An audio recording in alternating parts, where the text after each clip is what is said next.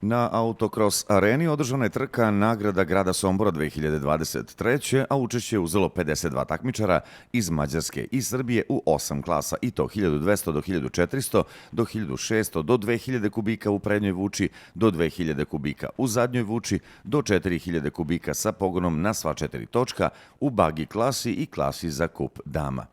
U prvoj klasi najbrže je bio Milić Goran, u drugoj Lenard Lakološ, u trećoj klasi Lenard Lakološ, u četvrtoj klasi Robert Seri, u petoj klasi Vid Zubić, a u šestoj klasi Zoltan Nađ. Pobednica u kupu dama bila je Gorana Draganić, a pobednik u bagi klasi bio je Čaba Balaš.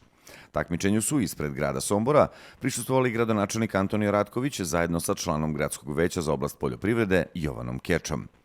Predsednik Autokros asocijacije Srbije Zoran Karalić dodelio je pehar gradonačelniku Ratkoviću u znak zahvalnosti za lični doprinos razvoju ovog sporta kod nas, ali i zahvalnosti na podršci koju daje grad Sombor. Generalni pokrovitelj manifestacije lokalna samouprava, a tehnički organizator automobilsko sportsko udruženje Somborska arena.